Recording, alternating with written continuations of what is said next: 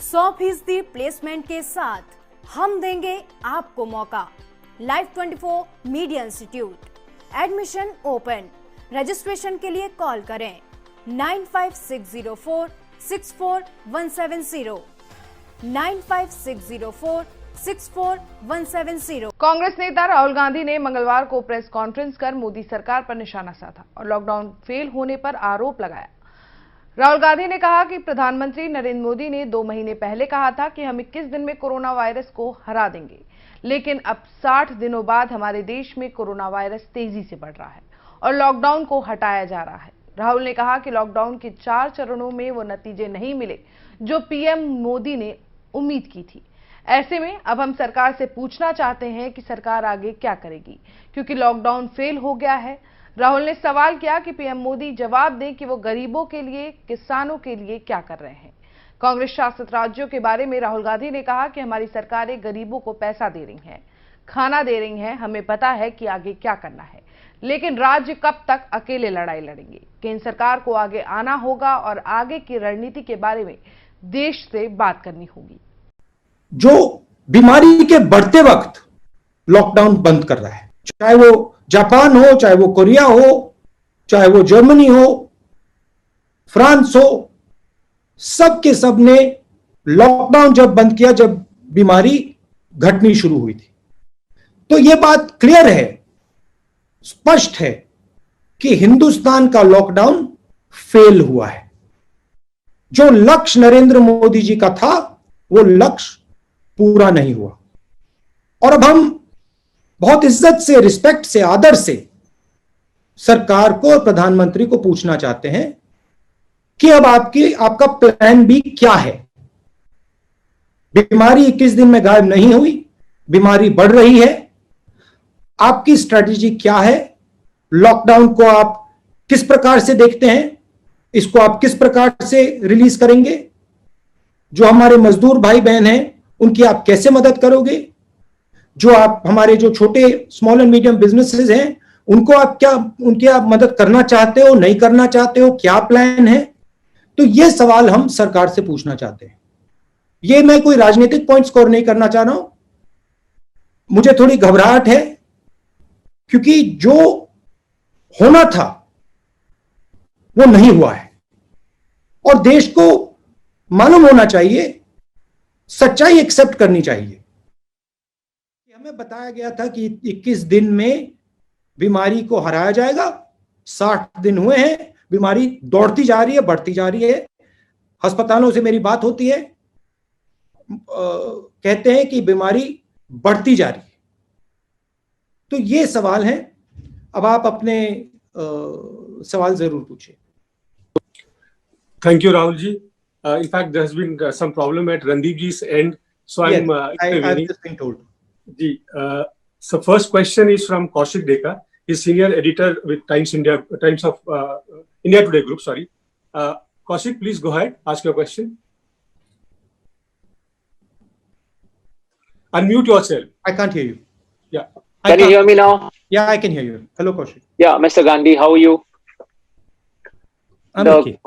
My question is, you have said that lockdown has failed, and you have raised the migrants issue a lot. I saw your video also. So my question is, how did the government fail in handling the migrants, as you have mentioned? Because was it the timing of the lockdown? And the second part is that now most of the migrants, they have returned to their villages. So that is also creating a health hazard for the local people. And at some point of time, they will have to come back also. So how do you think, as a constructive opposition party, how do you think the government should go ahead from now on? I don't want to go into why the government has failed. That is in the past. I don't want to sort of go into details about what could have been done, how it could have been done, who should have done it. I'm not interested. I am interested in right now. I am interested in what India is facing right now. And what we are facing right now is a failed lockdown, because the goal of the lockdown, as stated by the Prime Minister on national television, was that we will defeat the disease in 21 days. These are not my words, these are the words of the Prime Minister. Now, it is 1 lockdown, 2 lockdown, 3 lockdown, we're coming to the end of the 4th lockdown. and the disease profile is not reducing. So I'm just stating a simple fact that what we expected from the lockdown has not occurred. Disease profile is shooting up. In number of states, it is shooting up. What is the government thinking of doing going forward? The Congress party is in power in 3 or 4 states. We know what we are planning. We are very clear what has to be done in our states. We are giving money to poor people. We are giving food to poor people. We are managing the migrants. We are increasing our testing. We have a strategy. But states cannot function in a strategy without the national government. States are hamstrung if the national government is not behind states. Ladakh में चीन के साथ बहुत तनावपूर्ण स्थिति चल रही है और एक रिपोर्ट कहती है कि 10,000 से ज़्यादा सैनिक जो है वो भारतीय भूभाग पे आके डटे हुए हैं। दूसरी तरफ अगर आप देखें तो नेपाल के साथ भी हमारा सीमा विवाद एक नया जो है वो विवाद शुरू हो गया है। तो बाहरी सीमा के मोर्चे पे भी भारत एक बड़े सीरियस चैलेंज का सामना कर रहा है। तो आपको नहीं लगता है कि सरकार की रणनीति यहाँ पे कहीं ना कहीं एक तरह से सवालों के कटघरे में है? देखिए, जो बॉर्डर इशू है, इसके डिटेल्स क्या हुआ है, किस प्रकार हुआ है, क्या किया गया है, इसके डिटेल्स सरकार को ट्रांसपेरेंटली देश को बताने चाहिए, क्योंकि क्लैरिटी फ्रैंकली किसी को नहीं है। नेपाल में क्या हुआ, किस प्रकार हुआ, क्यों हुआ, लद्दाख में क्या हो रहा है, किस प्रकार हो रहा है, ट्रांसपेरेंसी होनी चाहिए, क्लियरली उनको सरकार को बताना चाहिए। वो ट्रांसपेरेंसी नहीं दिख रही है मुझे। जो चाइना और हिंदुस्तान की बात है, अभी वो लाइव इशू है, तो उसके बारे में मैं प्रेस कॉन्फ्रेंस में ज्यादा नहीं बोलना चाहता हूं, वो मैं सरकार के विजडम पे छोड़ना चाहता हूं।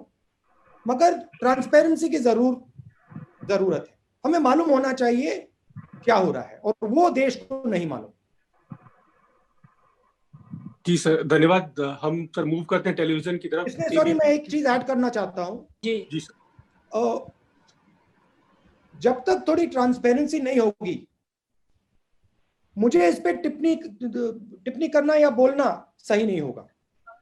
अगर ज्यादा इंफॉर्मेशन होगा तो फिर मैं आपको एक क्लियर कट पोजीशन दे सकूंगा। In the middle of a meeting, Kabir, can I call you back in 10? No, sorry, you'll have to wait for your turn. Not like this. Can Adish Rawal from ABP come in, please? And please be brief with your question. Yes, sir. Rahul ji, 30 जनवरी को पहला case report हुआ था corona का। उसके बाद 12 fab को आपने इस बात को पार्लियामेंट में उठाया था, और उसके बाद आपने कई बार ये भी कहा कि आर्थिक महामारी आ सकती है, स्वास्थ्य को लेकर प्रॉब्लम हो सकती है। लेकिन 24 मार्च को 54 डेज के बाद लॉकडाउन लगा। इसके ऊपर आप क्या कहना चाहेंगे कि सरकार का जो रवैया है टुवर्ड्स अपोजिशन, उसको क्या सरकार सीरियसली नहीं लेती है?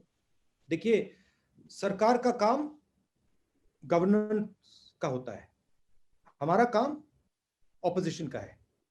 हमारा काम सरकार पर प्रेशर डालने का है, और अगर सरकार की दृष्टि कहीं नहीं जा रही है, कोई थ्रेट है जो सरकार को नहीं दिख रहा है या जिसको सरकार इग्नोर कर रही है, उसको हाईलाइट करना हमारा काम है। मैं जो फरवरी में कर रहा था, मैं अभी भी वही कर रहा हूं। मैंने अपनी पोजीशन नहीं बदली है। मैंने फरवरी में कहा था कि बहुत डेंजरस सिचुएशन बनने जा रही है, और आज भी मैं कह रहा हूं। और फरवरी मैं जो कहा था, उससे स्ट्रांगली मैं आज कह रहा हूं कि अगर फाइनेंशियल सपोर्ट नहीं दी, अगर स्मॉल एंड मीडियम बिजनेसेस को प्रोटेक्ट नहीं किया, तो जो नुकसान होने वाला है वो अभी तक कुछ दिखाई नहीं है। ये तो पहला चैप्टर भी शुरू भी नहीं हुआ है। तो जो मैं वार्निंग फरवरी में दे रहा था, वही वार्निंग मैं आज फिर से दे रहा हूं, और मैं सरकार से कह रहा हूं, आदर से कह रहा हूं, रिस्पेक्ट से कह रहा हूं, प्लीज आप इकोनॉमिक एक्शन लीजिए, आप एकदम कैश इंजेक्शन दीजिए, आप एकदम स्मॉल एंड मीडियम बिजनेसेस की रक्षा कीजिए, नहीं तो बहुत जबरदस्त आर्थिक नुकसान होने वाला है। मेरा काम देश की जो निगाह है, जो पर्सपेक्टिव है, उसको शेप करने का है। और मैं देश को और नरेंद्र मोदी जी को कह रहा हूं कि आपने जो पैकेज में किया है उससे कुछ नहीं होने वाला है। एक प्रॉब्लम है, मैं आपको बताता हूं। थोड़ी सी मेरी बातचीत जो डिसीजन मेकर्स हैं इनडायरेक्टली होती रहती है। उनकी व्यू है कि अगर हमने बहुत सारा पैसा गरीब लोगों को दे दिया, मजदूरों को दे दिया, तो बाहर देशों में गलत इंप्रेशन चला जाएगा, हमारी रेटिंग खराब हो जाएगी। मैं फिर से दोहरा रहा हूं, हिंदुस्तान की शक्ति बाहर से नहीं बनती है। हिंदुस्तान की शक्ति हिंदुस्तान के अंदर से बनती है। हिंदुस्तान की इमेज बाहर नहीं बनती है। हिंदुस्तान की इमेज हिंदुस्तान के अंदर बनती है। जब हिंदुस्तान मजबूत होता है, जब हिंदुस्तान की शक्ति में शक्ति होती है, तो बाकी दुनिया देखती है, इमेज बनती है हमारी। तो मैं फिर से कह रहा हूं, हिंदुस्तान की शक्ति की रक्षा करने की जरूरत है। शक्ति की रक्षा कैसे करनी है? डायरेक्ट कैश एकदम 50% लोगों को महीने का 7,500 रुपए, सबसे गरीब मजदूरों को। ये हमारी शक्ति है, ये हमारी स्ट्रेंथ है, ये हमारा सोल है, आत्मा है। इसकी रक्षा करनी है। विदेश क्या सोच रहा है उसके बारे में नहीं सोचना, अभी वो बाद में देखेंगे। Thank you, sir. May I now request Kartikeya ji from Beyond to come in, please? Kartikeya ji, please ask your question briefly. Hello, Kartikeya, how are you? I'm fine, sir. Good afternoon. My question to you is that how has the government delivered on ground at the time of the lifting of lockdown, especially in context of the depressed people, poor people, daily wage workers? I've been speaking to quite a few daily wage workers, quite a few migrants. I've been having Zoom calls. I've been physically meeting them with all the social distancing norms. And they have a sense of hopelessness. They have a sense that they have been left alone. Many of them have said to me, भरोसा हमारा टूट गया, भरोसा हमारा टूट गया. I don't like hearing those words. I don't like hearing an Indian person saying those words. I don't care who he is. I don't like those words. I don't want a single Indian person to say those words, whether he's rich, poor, male, female, Hindu, Muslim, Sikh. I don't like those words. And they're saying those words more and more. कह रहे हैं कि भरोसा टूट गया. भरोसा किसी का नहीं टूटना चाहिए.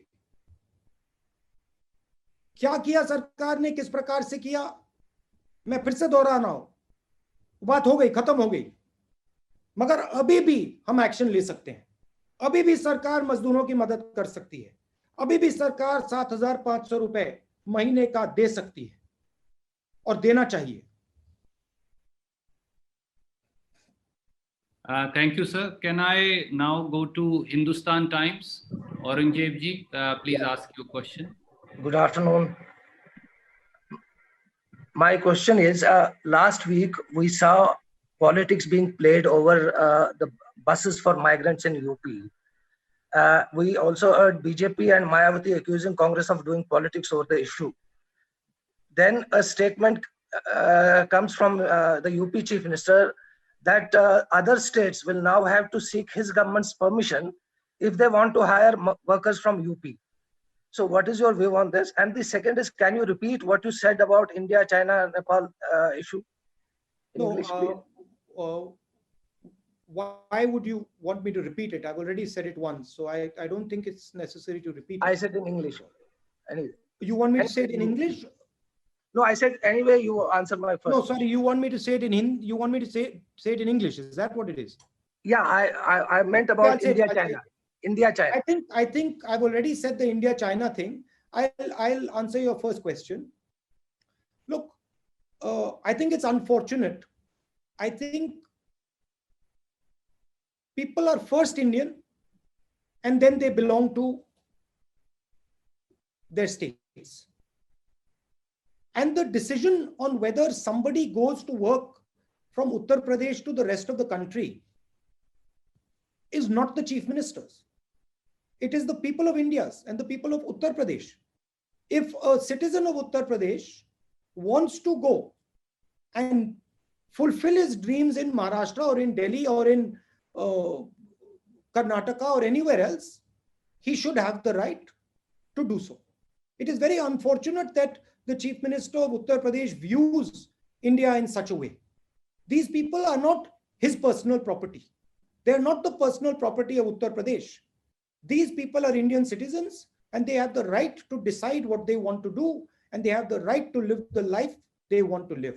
It is our job to support them to fulfill their dreams. It is not our job to say that you belong to me, you cannot go and work in Maharashtra. It's an absolutely absurd position. Thank you, sir. You want me to say a little bit about the China thing in English? Hello? Yes. You would like me to say a little bit about the China thing in English? Yeah, please. Yes, please. I think the China, what we would like to see is some more transparency on what is going on. It becomes very difficult for us to have a position without understanding the facts. And I think the government should make clear to the people of India what exactly is happening on the border. We are hearing different stories.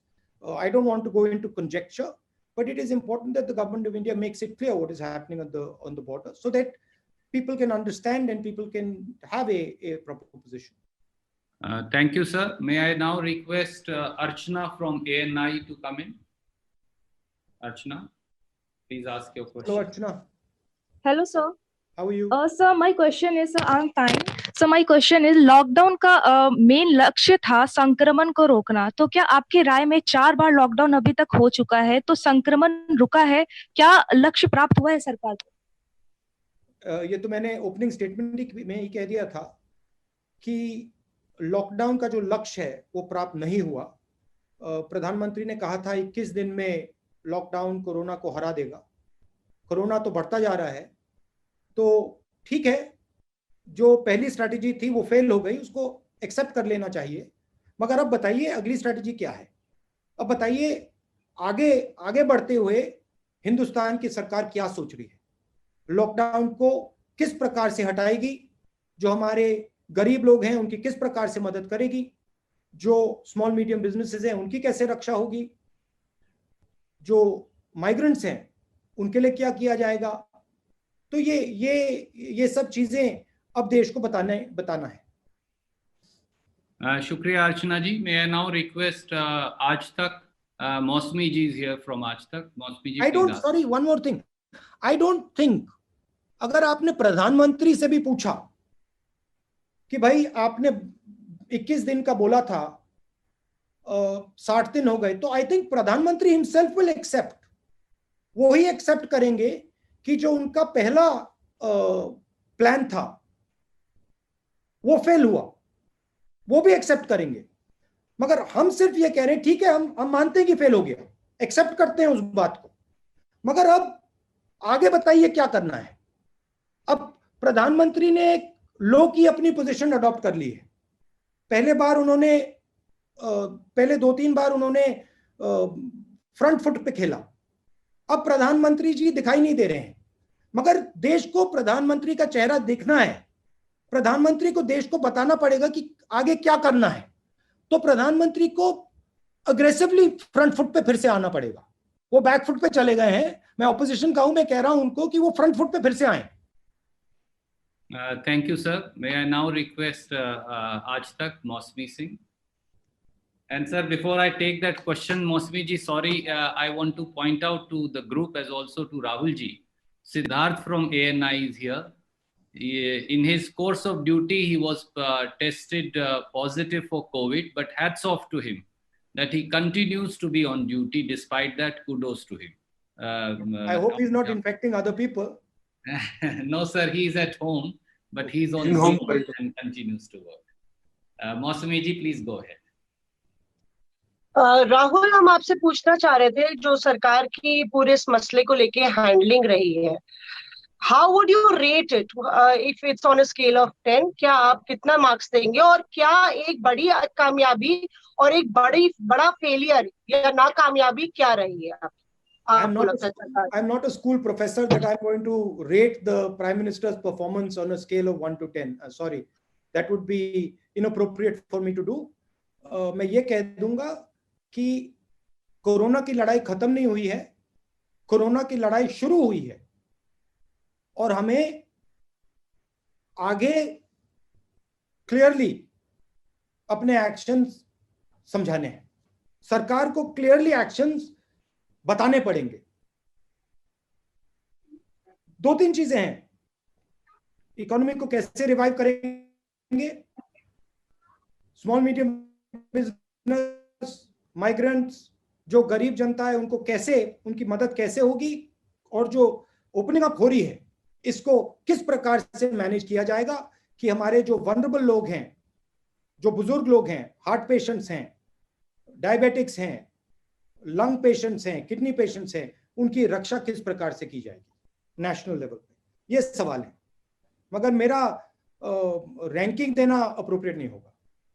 Rahul, क्या कोई कामयाबी आप Mosmi ji, I'm sorry, I'll have to cut you in today. नहीं, sorry, let her ask. कोई कामयाबी?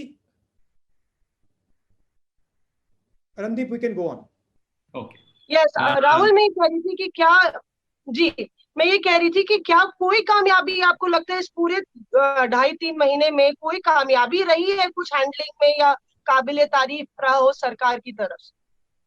वो जवाब नहीं दिया था। मैं आपसे ना मैं क्रिटिसाइज करूंगा, ना मैं पास्ट की बोलना चाहता हूं। जो हो गया हो गया। मैं आज की बात कर रहा हूं। मुझे इंटरेस्ट आज की है और कल की है, कल क्या होने वाला है। और मुझे थोड़ी घबराहट हो रही है कि जो कोरोना वायरस है वो बढ़ता जा रहा है।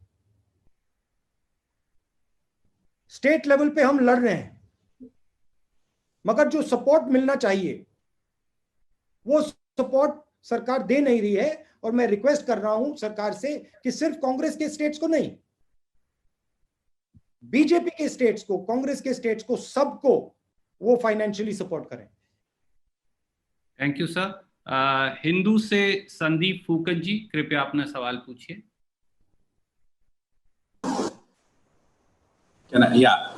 So my question is that, it's about transportation. You've seen that in a graded manner, the flights have restarted, domestic flights have restarted, but we are still quite some time away, perhaps, from opening up public transportations, regular train services. What, according to you, would be a safe mobility plan? I mean, if, see, you have to understand my job. I am not an expert on safe mobility plan. That is, there are experts who will tell you this is how India should open up. For me to comment on whether we should open airlines, how we should open airlines, I'm not the expert. I don't pretend to be the expert. But what I do understand is that there are a couple of things at a high level that need to be done. When you're opening up, you need to open up with inputs from the state governments. You need to open up with inputs from experts. You need to open up in a systematic way, not in an ad hoc way. I clearly can see that our economy requires restarting, which means that it needs a money injection, cash injection immediately. So that needs to be done. And I can clearly see that we need a strategy to make sure that in a non-lockdown situation, the disease does not run amok. I am worried, let me state it clearly. I am worried that in a non-lockdown situation, in a haphazard opening up, we will get a second wave of corona that will be extremely devastating. Thank you, sir. We have last 5 minutes of this press conference. Randeep ji, I'm going to ask Sanjay Trivedi sir, I have a question to come in, please. Randeep ji, मैं भी हूँ। जी, मैं note कर रहा हूँ, आप कृपया chat में लिख दीजिए, मैं वहां से सवाल पिकअप कर रहा हूँ। Sanjay Trivedi from News 24। Manjari ji, I'll come to you. Okay. Sanjay Trivedi from News 24. Sanjeev Trivedi, sir. No, sorry, Sanjeev Trivedi. That's what I meant. By mistake, I said Sanjay. Yes, Sanjeev ji. Unmute करिए संजीव जी. राहुल जी, संजीव त्रिवेदी बोल रहा हूँ news 24 से. इसके पहले के जो 2 press conferences हुए थे उसमें आपने कुछ सजेशंस दिए थे और ऐसा लगता है जैसे कि रेड, ऑरेंज, ग्रीन को तय करने का अधिकार राज्यों को मिले या बॉटम अप अप्रोच. उन सजेशंस को शायद स्वीकार भी किया गया सरकार ने, लेकिन सरकार के द्वारा मैं आपके सामने महाराष्ट्र का केस रखना चाहता हूं. महाराष्ट्र में कोई सजेशन काम नहीं आ रहा है. पूरे देश का 1/3 कोरोना का मामला आज की तारीख में महाराष्ट्र में है और आपकी सरकार की वहां हिस्सेदारी भी है. मुंबई में अकेले पूरे महाराष्ट्र का आधा से ज्यादा है. तो ऐसे में क्या आप मानते हैं कि जो कंट्रोल करना है केंद्र की जिम्मेदारी है, राज्यों की नहीं? क्या आपको लगता है कि राज्यों में केंद्र का इंटरवेंशन भी जरूरी हो सकता है? वहां राष्ट्रपति शासन की मांग भी शुरू हो गई है. राहुल जी, नहीं, देखिए 2-3 चीजें हैं. सबसे पहले अगर आप कोरोना को देखें, जितनी ज्यादा कनेक्टेड जगह है वहां ज्यादा अग्रेसिव कोरोना होता है. अगर आप दिल्ली देखें, मुंबई देखें, पूना देखें, Maharashtra is one of the most connected states in India. तो it is going to be one of the most aggressive places where corona is going to act. I would like to make a differentiation here. We are supporting the government in Maharashtra, but we are not the key decision maker in Maharashtra. We are the key decision maker in Punjab. We are the key decision maker in Chhattisgarh, in Rajasthan, in Pondicherry.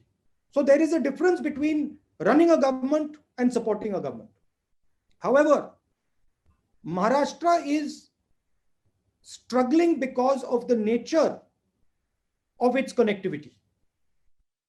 And Maharashtra is one of the most important assets, frankly, that India has.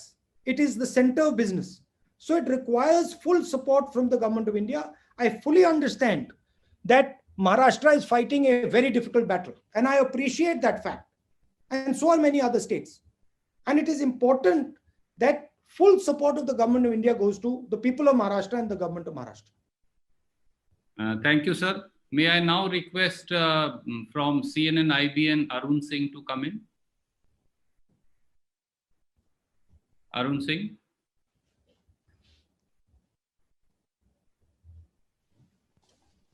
Yes.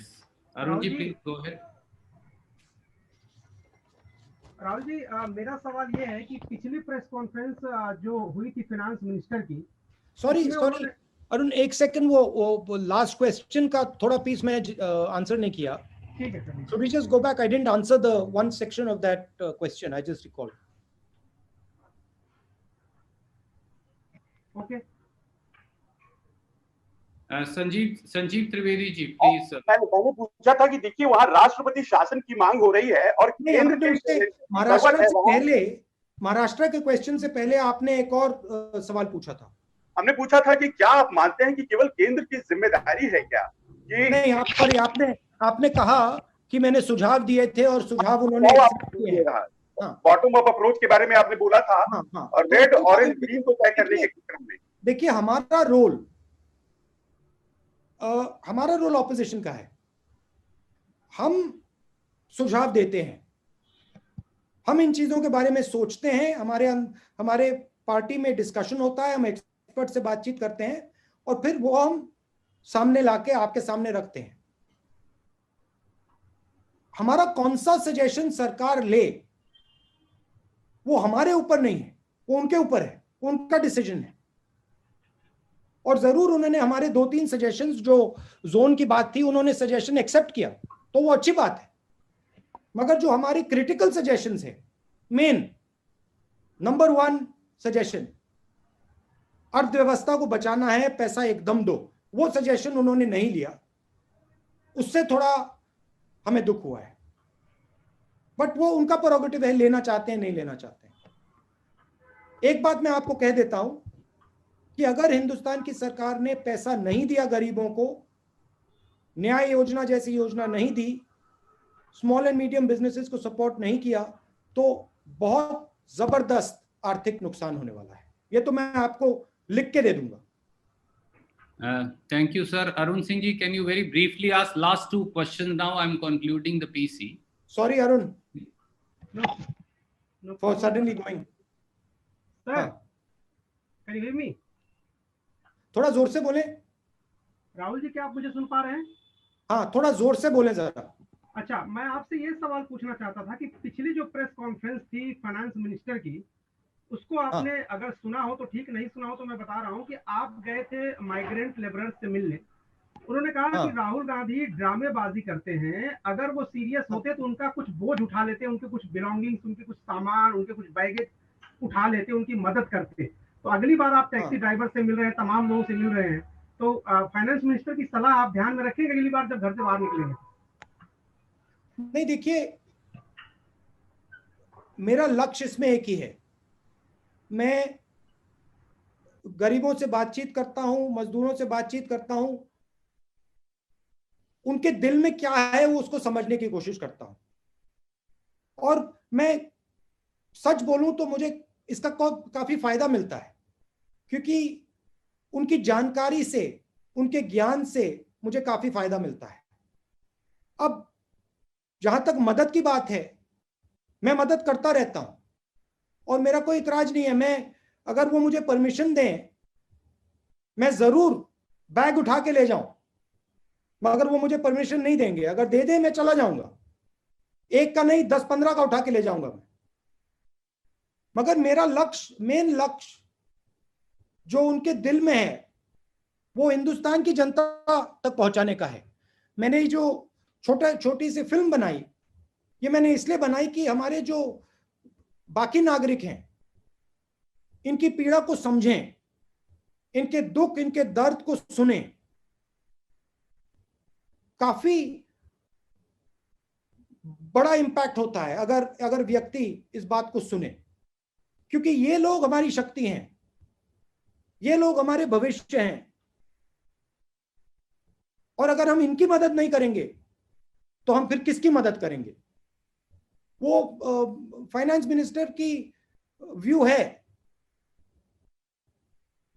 कि अगर मैं उनसे बात करता हूं तो ये drama है।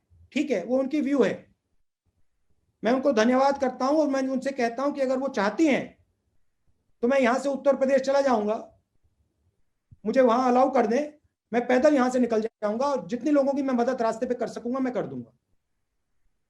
Thank you sir. Manjari ji from Navbharat Times, please come in and let that be the last question. I apologize to all those friends who I will not be able to accommodate. Hello, नमस्ते राहुल जी, आवाज आ रही है आपको मेरी? हाँ जी। राहुल जी, मेरा सवाल है कि महाराष्ट्र को लेकर वहां पे जो विपक्ष है उसने ये सवाल लगातार मांग कर रहे हैं कि वहां राष्ट्रपति शासन लगाया जाए और वहां के जो हॉस्पिटल्स हैं उनको सेना के हवाले कर दिया जाए। लगभग वैसी ही स्थिति कुछ गुजरात में है। गुजरात की स्थिति भी बहुत अच्छी नहीं है, वहां कोरोना को लेके बहुत ज्यादा स्ट्रगल चल रहा है। लेकिन एक चीज समझ में नहीं आती कि वहां पे विपक्ष क्यों इतना कमजोर नजर आता है। हालांकि कांग्रेस ने वहां की हेल्थ सर्विसेज को लेके कुछ सवाल उठाए हैं, लेकिन क्या इस तरह की मांग वहां नहीं होनी चाहिए? और एक इसी से जुड़ा सवाल ये है राहुल जी, हमें गुजरात के बारे में प्रेसिडेंट रूल मांगना चाहिए। नहीं, आप गुजरात की सरकार बीजेपी से लेके बीजेपी को पकड़ा दें। नहीं, आप लगातार क्या लॉजिक है? आप लगातार ये वहां पे सेना उतारने की बात की गई, इस तरह की चीजें लगातार आप राजनीति न करने की बात कर रहे हैं, लेकिन राजनीति तो हो रही है। मेरा कहना है कि गुजरात में तो बीजेपी की सरकार है, गुजरात में बीजेपी की सरकार है, प्रेसिडेंट रूल लगेगा तो बीजेपी की सरकार होगी। लेकिन नहीं, वहां पर आपकी इलॉजिकल बात है, मुझे बोलने दीजिए। ये तो आपकी बिल्कुल इलॉजिकल बात है। जहां तक विपक्ष की बात है, गुजरात में हमारे लोग विपक्ष की लड़ाई बहुत अच्छी लड़ रहे हैं। वो आपको जब चुनाव होगा वहां पे पता लग जाएगा। मगर एक स्पिरिट से मैं कहना चाहता हूं, देखिए, डेमोक्रेसी में अगर महाराष्ट्र में सरकार है, तो बीजेपी का काम उसको अपोज करने का है, कोई गलती नहीं है। अगर बीजेपी सवाल उठाना चाहती है, कंस्ट्रक्टिवली सवाल उठाना चाहती है, उनको उठाना चाहिए, उससे फायदा होता है, उससे हमारी सरकार उनकी बात सुनकर सीख सकती है, एक्सेप्ट कर सकती है, तो इसमें कोई प्रॉब्लम नहीं है। मगर डेमोक्रेटिक स्ट्रक्चर को उखाड़कर बिना कोई कारण प्रेसिडेंट रूल लगाना, उसमें और कंस्ट्रक्टिव ऑपोजिशन में बहुत फर्क है। अगर बीजेपी हमारी छत्तीसगढ़ में, राजस्थान में, पंजाब में हमें कोई सजेशन देना चाहती है, हम उसको सुनेंगे। अगर वो वैलिड सजेशन है, हम शायद उसको एक्सेप्ट भी कर लें, तो उसके खिलाफ नहीं हूं मैं। मगर वहां से लेकर आप प्रेसिडेंट्स रूम में जंप मार दें, वो अलग बात है। दोस्तों, बहुत सारे सवाल राहुल जी ने आज लिए और ये इंटरेक्शंस का दौर जारी रहेगा। बहुत सारे साथियों के प्रश्न आज हम नहीं ले पाए। मैं विश्वास दिलाता हूं कि अगली बार फिर नेक्स्ट इंटरेक्शन जो बहुत जल्द होगा उसमें हम वो सारे सवाल लेंगे।